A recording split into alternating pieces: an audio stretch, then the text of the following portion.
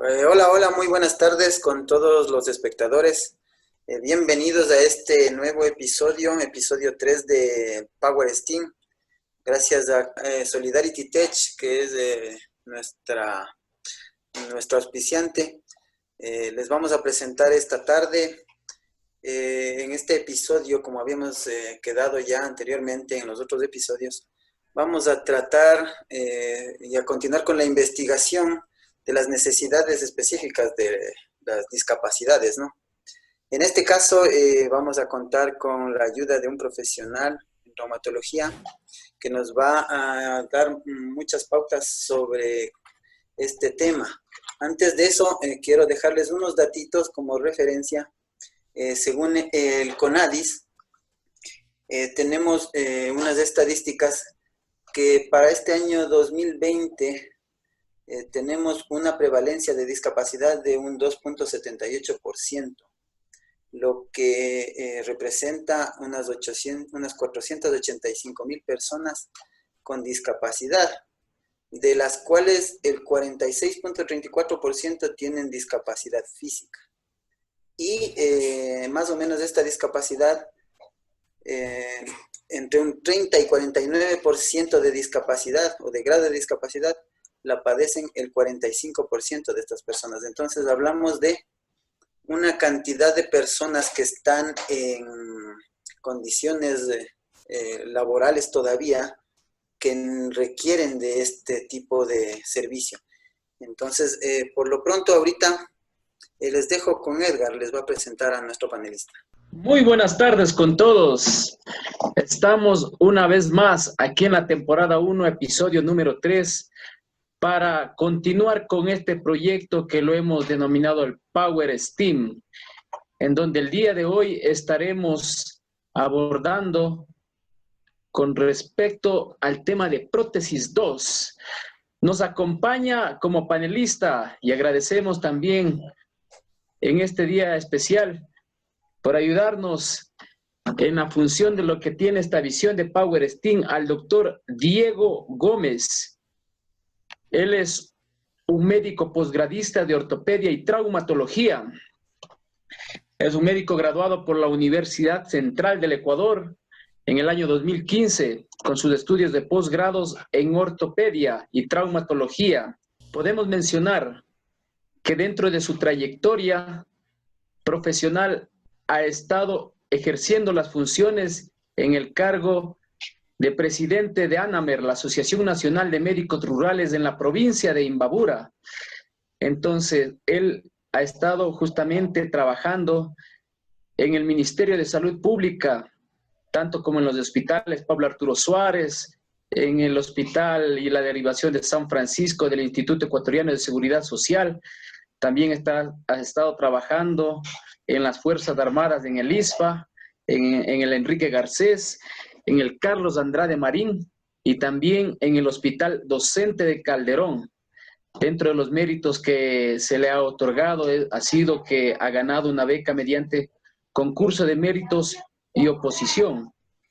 Entonces, agradecemos la presencia del doctor Diego que nos está acompañando en esta tarde para hablar desde el lado profesional todo lo que son las experiencias que respecta al tema de las colocaciones de prótesis en sus pacientes. Muchas gracias y bienvenidos a todos.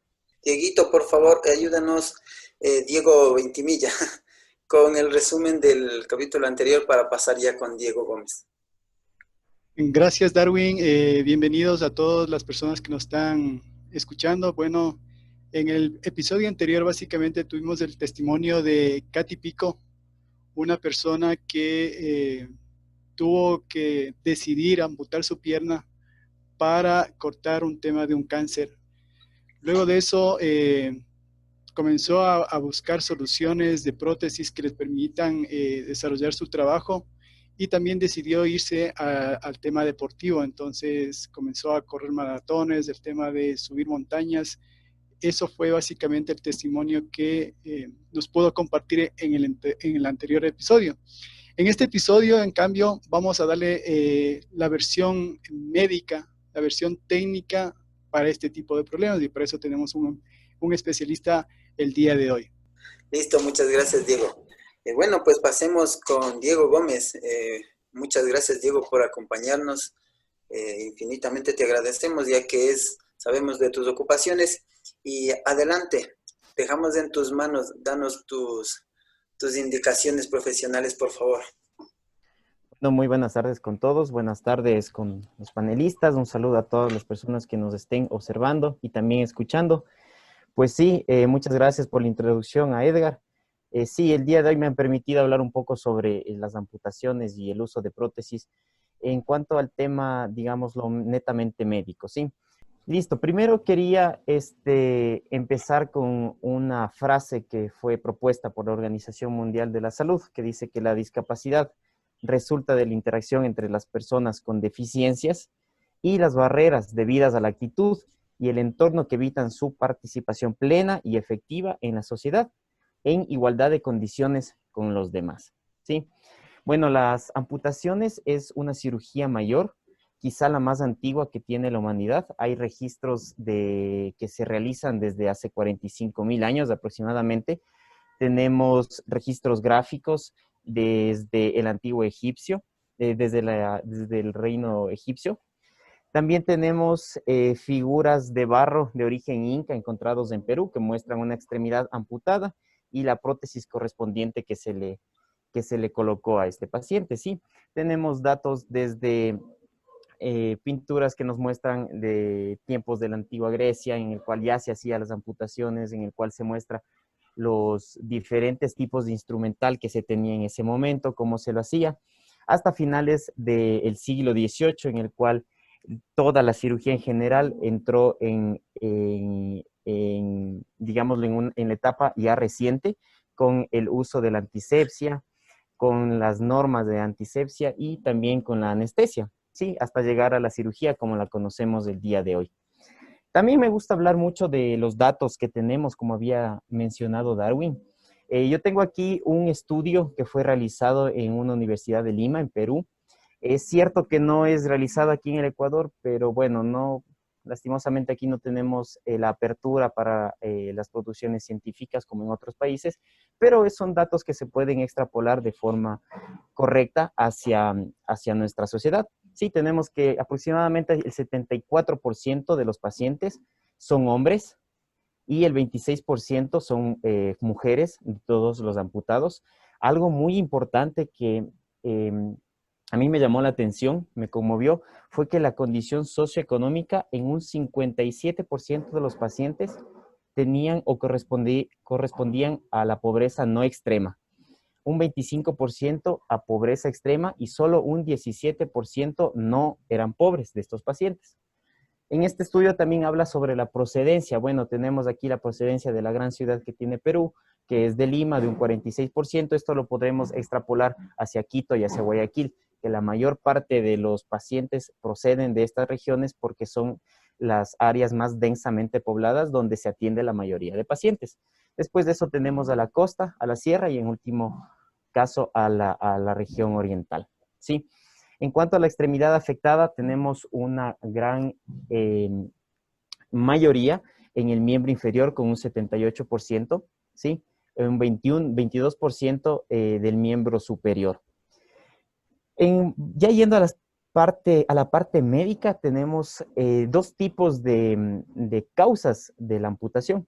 Primero es la no traumática por diferentes tipos de enfermedades, que ya les hablaré adelante, y la traumática. La traumática, accidentes de tránsito, deportivos, etcétera, corresponden aproximadamente al 45%, y la no traumática es un 54%, un poco más de la mitad nomás, ¿sí?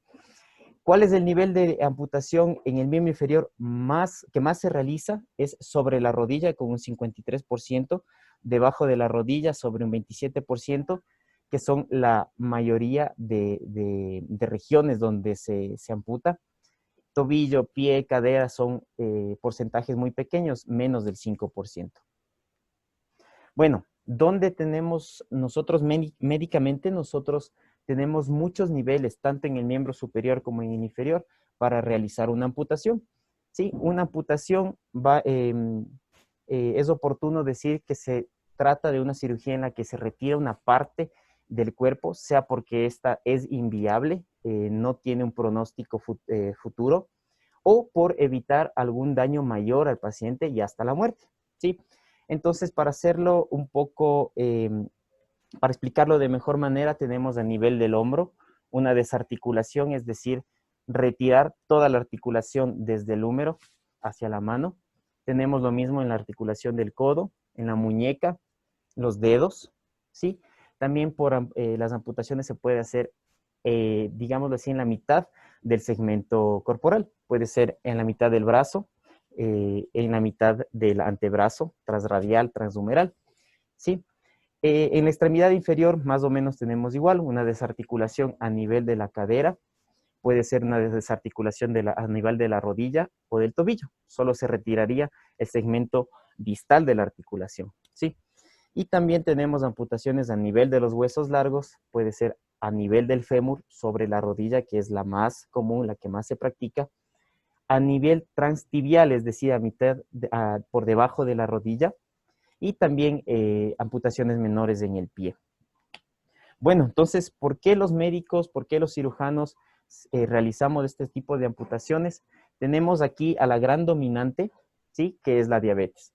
¿Por qué la diabetes? La diabetes nos causa un daño microvascular y macrovascular, es decir, microscópico y macroscópico en las arterias del miembro inferior. Esto lo que se produce es, primero en úlceras, en infecciones, en daño óseo, con pérdida ósea, y también en ocasiones en daño arterial que produce una isquemia, una necrosis, es decir, una pérdida total de ese segmento del pie, ¿sí? Por lo tanto, la amputación se la realiza para evitar una infección que a futuro pueda dar una infección generalizada y provocar la muerte del paciente. Después de eso tenemos enfermedades oncológicas, tumores generalmente que suceden en el hueso. Los tumores del tejido óseo del hueso son muy agresivos. Tenemos muchas cirugías, muchos procedimientos que se pueden realizar para tratar de controlar esto. Y como último recurso tenemos la amputación cuando son tumores muy agresivos, ¿sí? Esto sería en segundo lugar.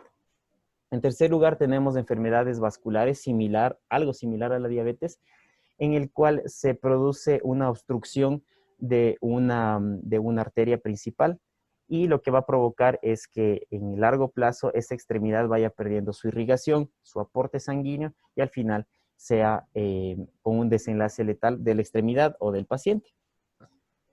Algo que, bueno, he podido yo ver de mejor manera y más comúnmente son las infecciones que se producen en el tejido óseo, principalmente en la tibia. ¿Por qué?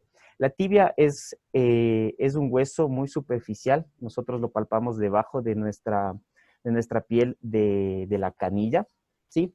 Como ustedes saben, hay una gran cantidad de motocicletas que transitan todos los días. Hay grandes cantidades de accidentes de tránsito en los cuales la tibia resulta muy afectada y en un caso puede llegar a una infección.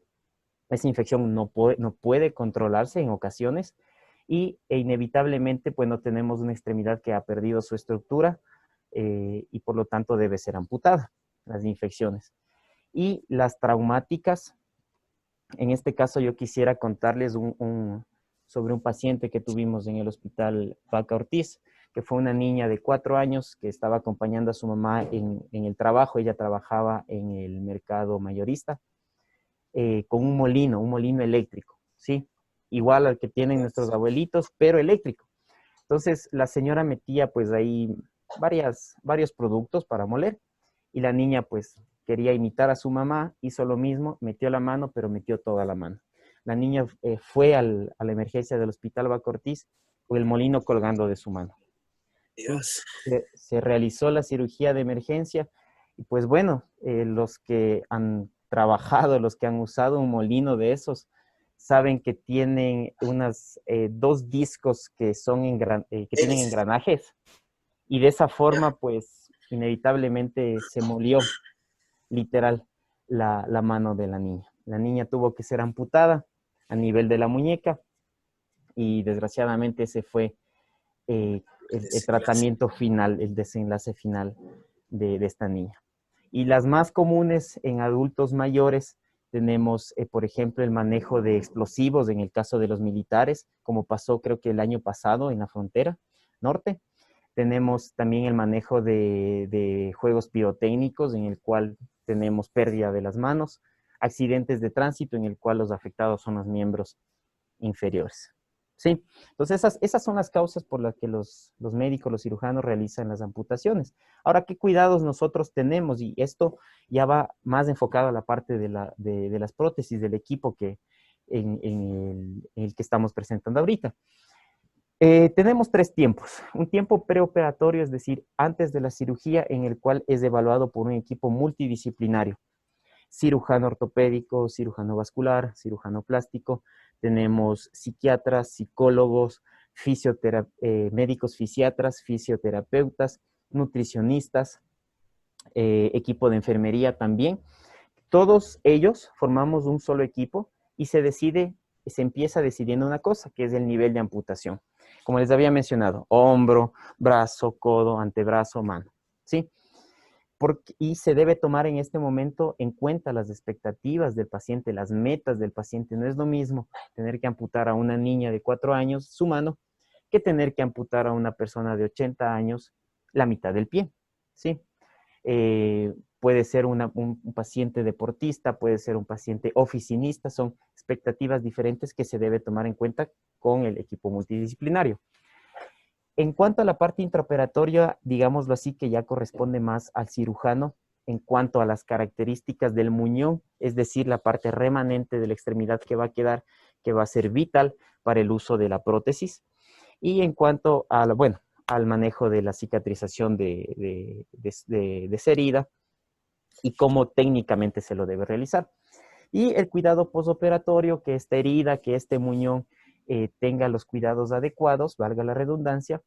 En este caso ya se empieza la rehabilitación del paciente con el equipo de fisiatría, fisioterapia, y llegamos a la parte de la prótesis, ¿sí? Que hablando de prótesis, vamos a decir que es un artefacto externo o interno en algunos casos que se coloca para reemplazar una parte perdida del cuerpo, ¿sí? Bueno, las prótesis, igual que las amputaciones, son muy antiguas. Antes se les realizaba con cuero, con madera, con metal, ¿sí? Ahora sí ya tenemos prótesis mucho más avanzadas. ¿Hacia la mano? Sí, por ejemplo, puede ser en la mano. Tenemos los diferentes tipos de prótesis. Las prótesis de miembros inferiores tenemos 2 tipos. Una prótesis exoesquelética, que son las convencionales, las corrientes, las que hemos visto en algunos pacientes que han usado. Sí, estas pueden ser realizadas de plástico o de madera. Su uso generalmente van a ser tipo estético o funcional, ¿sí? Las prótesis modulares o endoesqueléticas, estas tienen un alma que funciona por un sistema más o menos de tubos, vamos a decirlo así, ¿sí? Por ejemplo, estas podemos verlas más en los deportistas que usan prótesis, ¿sí? Y también pueden tener estos una funda flexible de espuma, que va a ser más por un tema cosmético, ¿sí?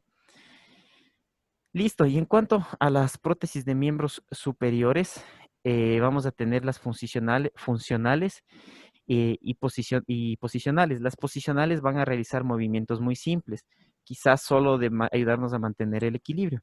Y las funcionales ya cumplen una función estética y de movimiento también.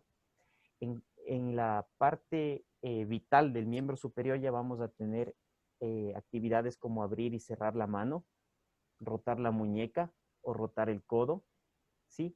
Y aquí tenemos las más avanzadas, que van a ser las prótesis mioeléctricas, en el cual nosotros tenemos un muñón remanente con cierta cantidad de músculos que todavía permanecen en el paciente.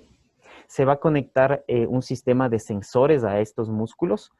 ¿Y cómo va a funcionar? El cerebro da la orden de movimiento a estos músculos. Esa orden viaja en forma de un impulso eléctrico, ¿sí? Un impulso eléctrico que se puede medir, que se puede usar. los sensores detectan el pulso eléctrico y hacen que funcione la prótesis, ¿sí? Exacto. Mediante una actividad de plasticidad del cerebro, el paciente va a aprender a manejar de forma, digámoslo, ¿Cuál? sí, casi igual que un músculo propio, ¿sí? Ese sería mioeléctrico. Tenemos otros de inserción tendinosa que hace casi lo mismo, pero aquí se une a un tendón remanente. Entonces, cuando el tendón funciona con un sistema como de poleas, por otro sistema de poleas va a hacer funcionar a la prótesis y va a darle movimiento.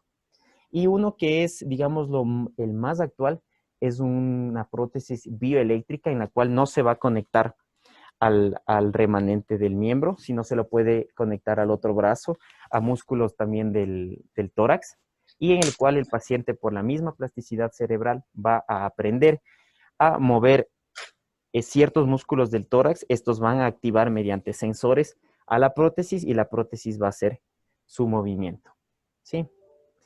Bueno, como para finalizar, quería comentarles del caso de Darío Silva. Darío Silva fue un futbolista uruguayo. Él jugó el partido contra Ecuador cuando Ecuador clasificó por primera vez al Mundial.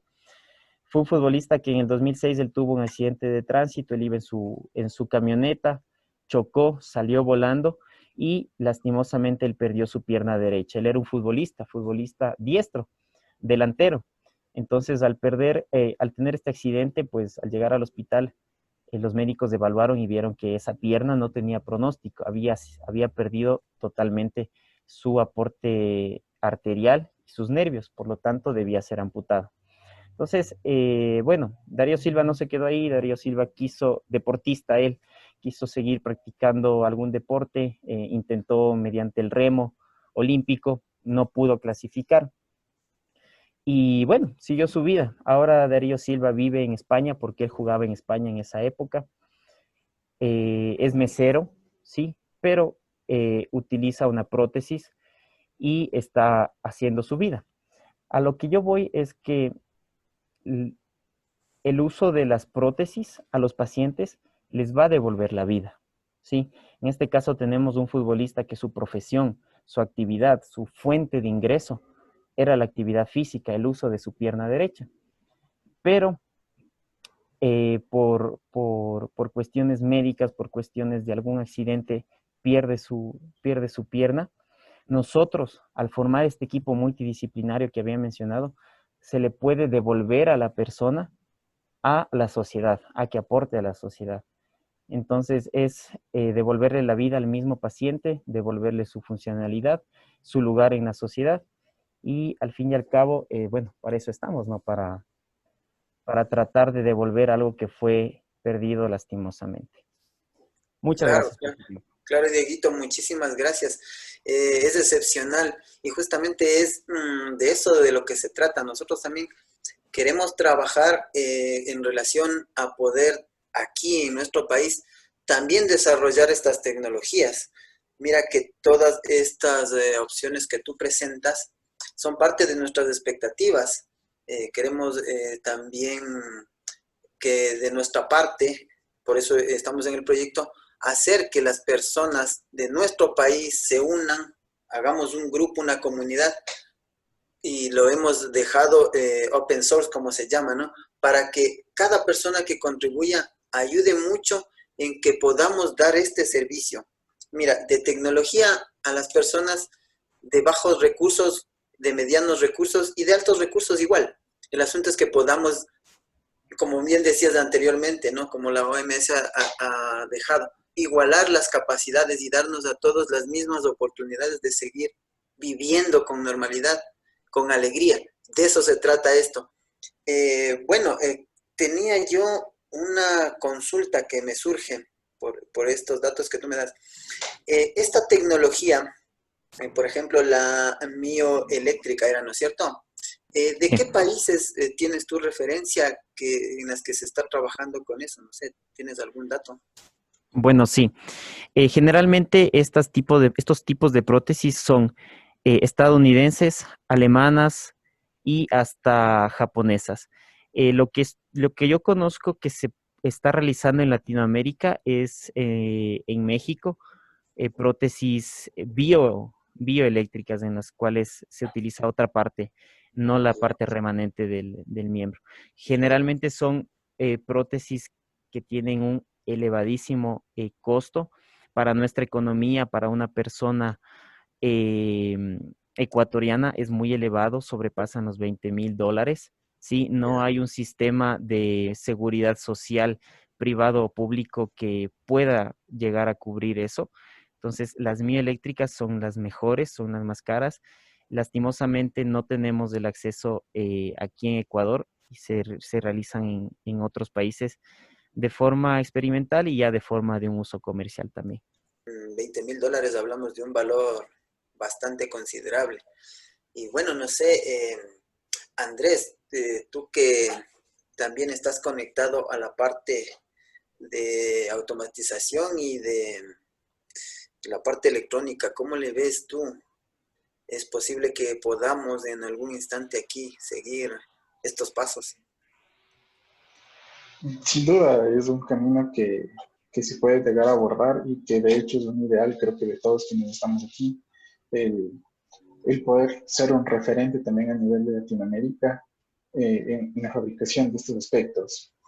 La motivación está, y las ganas también. En ese aspecto una pregunta, Diego. ¿Qué decisión o más bien, cómo se puede llegar a modificar el modo en el que ustedes tratan una amputación, el disponer de mayor cantidad de herramientas? Por herramientas no solo me refiero en cuanto se refiere al instrumental que ustedes utilizan, sino más bien a tener una mayor variedad de materiales o tecnologías disponibles.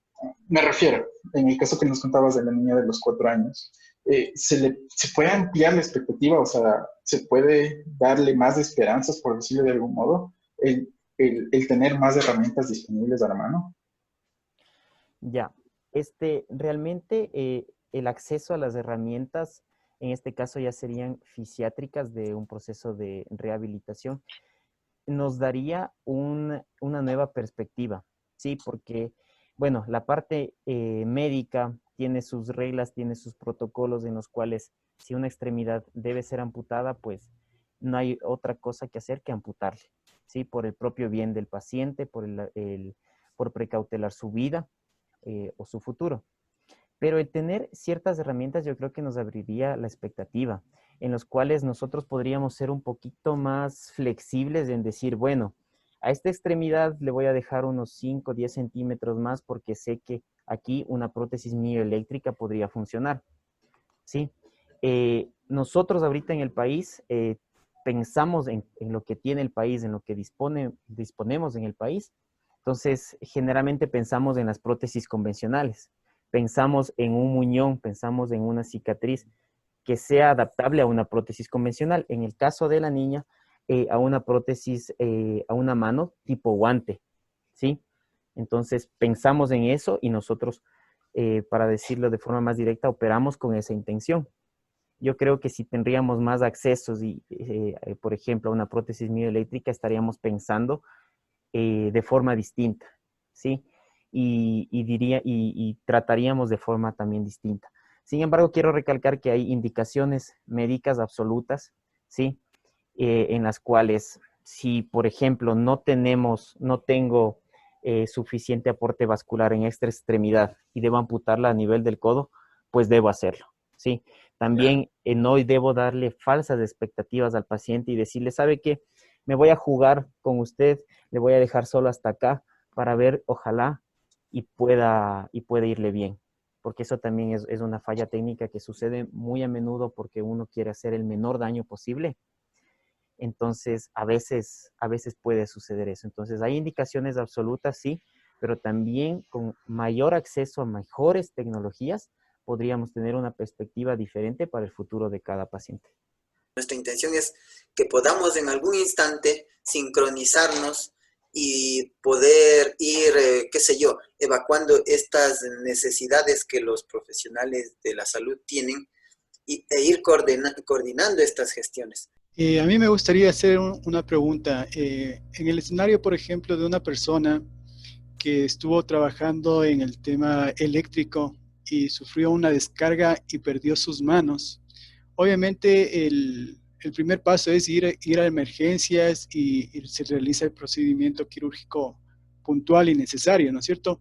Pero en este escenario, ¿cuáles son los pasos que una persona tiene que dar y qué profesionales están involucrados para que un poquito tener un panorama en estos casos, qué procedimientos se tienen que seguir? Porque obviamente no es algo cotidiano, entonces el que las personas podamos conocer cuáles son los pasos y los especialistas alrededor de esto que nos puedan dar una mejor solución y una prótesis lo más funcional que podamos, creo que puede ser una gran ayuda. Sí, bueno, en este caso particular estamos hablando de una quemadura por corriente eléctrica, por energía eléctrica, ¿sí? Tenemos varios casos aquí. Puede ser una quemadura superficial, puede ser una quemadura profunda o muy profunda, con daño permanente o daño temporal de las extremidades. En este caso, el paciente debería, sí, acudir a emergencia porque generalmente sucede que el paciente podría entrar en un estado de shock y eso debe ser compensado y manejado en emergencia por médicos emergenciólogos. Después de eso se evalúa al paciente, digamos, del daño ya secundario, un daño que no corra en peligro su vida. Recordando que las quemaduras también se producen en órganos internos, también puede haber daño a órganos internos. Entonces, como segundo paso se recurre a cirujanos plásticos, que son los primeros que realizan las evaluaciones de estas quemaduras. ¿Sí? Si es que tenemos alguna pérdida cutánea, ¿sí? Los cirujanos plásticos realizan injertos con la misma piel del paciente, moviéndolo de un lado al otro en un colgajo, por ejemplo, o un injerto sacando del músculo y colocándolo en el antebrazo. Y en la parte de la mano tiene que ser evaluado por un cirujano plástico especialista en mano, por un cirujano ortopédico, traumatólogo especialista también en mano, por un cirujano vascular que nos evalúe cómo está el aporte vascular de la arteria cubital radial y por un neurocirujano que nos ayuda a ver la parte nerviosa, ¿sí? Todo esto se tiene acceso en los hospitales públicos, yo lo he visto. Se tiene también acceso en las instituciones privadas. Entonces, una persona que sufre un accidente de este tipo debe acudir inmediatamente a emergencia y ahí se le va a atender conforme todas estas especialidades y todos estos pasos. No sé, Edgar, ¿alguien tiene alguna otra pregunta? Me parece que nos has resuelto todas nuestras inquietudes. Bueno, antes que nada voy a dar lectura al chat que estamos teniendo en el programa el día de hoy. Desde redes nos escribe Wilmer León, nos está dando sus felicitaciones por el conocimiento y tener los mejores resultados a la hora de tomar decisiones. También Patricia Gómez Flores nos dice un fuerte abrazo para el doctor Diego Gómez por su gran contribución y entrega diaria. Esos son los saludos. Bueno, yo lo que quisiera una pregunta para el doctor Diego es la siguiente. Si bien es cierto, de alguna manera el desarrollo de los países a nivel mundial siempre ha sido generado por la parte tripartita, Estado, empresa privada y también las universidades. Entonces, si bien es cierto, acá en el Ecuador estamos teniendo este problema de que a veces por temas políticos, temas de gobernanza, como que está faltando trabajar en ese sentido con la empresa privada y la universidad que está haciendo este tipo de investigación, ayuda al desarrollo del Estado, ayuda al desarrollo de las empresas privadas. Entonces, mi pregunta sería si tal vez dentro de el soporte que del Estado con respecto al control, a encontrar esas facilidades, qué sé yo, en este momento, por decir, de este tipo de propuestas que estamos haciendo para nosotros como técnicos, como ingenieros, poder crear aquí en el país este tipo de cosas, poder aportar socialmente en ese sentido como estamos lo planteando. Si ha habido tal vez algún otro organismo que está haciendo lo que estamos queriendo hacer nosotros para en este caso ir buscando, qué sé yo, más vale una alianza en la que podamos servir de mejor forma. porque lo que sí es real es que no siempre tal vez la empresa privada aporta, no siempre el Estado ayuda, soporta, da control.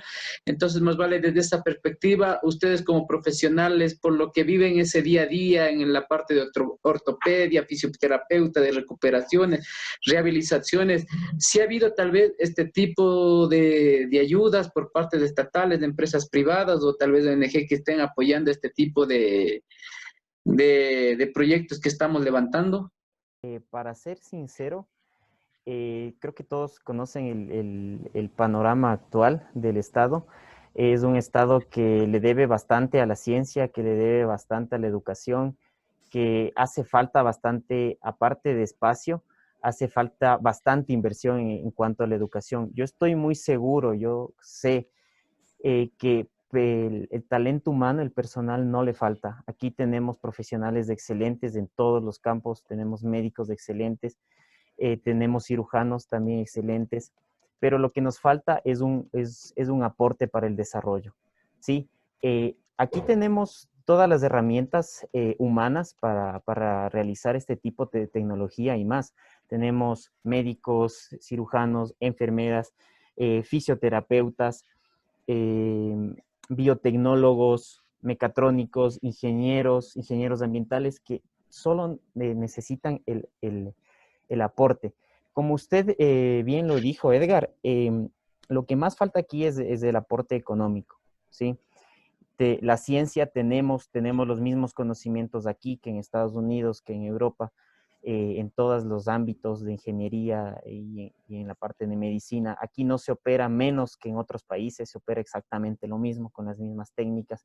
Estoy seguro que en la parte biotecnológica es lo mismo, pero falta simplemente el apoyo. Empresas nacionales que quieran salir adelante, no las he visto yo. Estaría muy contento yo de conocerlas, como en este caso, estaría muy contento yo de apoyarlas porque realizar esta tecnología con personas ecuatorianas, con producto ecuatoriano para personas ecuatorianas, pues me parece la mejor forma de cada uno de nosotros aportar al desarrollo del país desde donde estamos, desde donde trabajamos, desde donde vivimos, que es nuestro día a día. Bueno, pues creo que estamos llegando a nuestra parte final de este programa. No sé si, Diego, querías hacer un llamado. Sí, gracias, Edgar. Me gustaría invitarles a todos los panelistas y la audiencia, ¿no? Que soñemos un poco, ¿no? Yo recuerdo había un programa de televisión que era Los Supersónicos, donde se veía el teletrabajo, las videollamadas, y era un sueño en ese entonces, que ahora, miren, estamos transmitiendo en vivo. Si nosotros haríamos el mismo ejercicio de soñar, de pensar en unas prótesis del futuro, en tu experiencia con tus pacientes y el conocimiento de las soluciones actuales, ¿cuáles serían las características de las prótesis del futuro? Yo creo que definitivamente tendríamos que irnos a la parte funcional, tanto de miembro inferior como de miembro superior. Sabemos que la mano es la mayor expresión de nuestro cerebro y de nuestra capacidad. Entonces, quitarle una mano a una persona es casi quitarle todo su desenvolvimiento, ¿sí? Entonces, yo creo que las prótesis funcionales ahorita son el futuro. Hace 100 años ya tuvimos las prótesis convencionales que hacían carga, que se podía caminar, que se podía tener la parte también estética. Pero yo creo que ahora con la tecnología que se tiene, el nuevo paso son las prótesis funcionales en los cuales se recupere la motricidad fina de la mano, se recupere una marcha, una deambulación lo más cercano posible en la parte de las extremidades y en la parte que no son extremidades, en el resto de órganos de los sentidos, tanto como auditivo, también para el sentido del habla, también creo que se debe ir hacia ese tipo de tecnologías que recuperen esta parte perdida de la persona. Y bueno, pues les queremos invitar, porque justamente de este tema sobre la audición, sobre conducción ósea, vamos a hablar en el próximo programa. Vamos a tener muchos datos sobre esto y sobre qué es lo que hay hoy en la actualidad con qué contamos y también del proyecto que ya está bastante avanzado, que lo tenemos con respecto a eso, que Diego y Andrés lo han trabajado desde ya varios años atrás. Entonces, les pedimos y queremos invitarles a que estén pendientes al próximo programa, ya que va a estar muy interesante. Listo. De alguna manera queremos hacer el resumen de lo que hemos hablado el día de hoy para las personas que nos han acompañado en esta temporada 1, episodio 3, que hemos hablado y lo hemos desarrollado justamente basados en el tema de la prótesis, parte 2, sobre las experiencias de fisioterapeutas, barreras y dificultades para el uso de prótesis. Entonces nos ha acompañado el doctor Diego Gómez, posgradista, ortopedista en traumatología.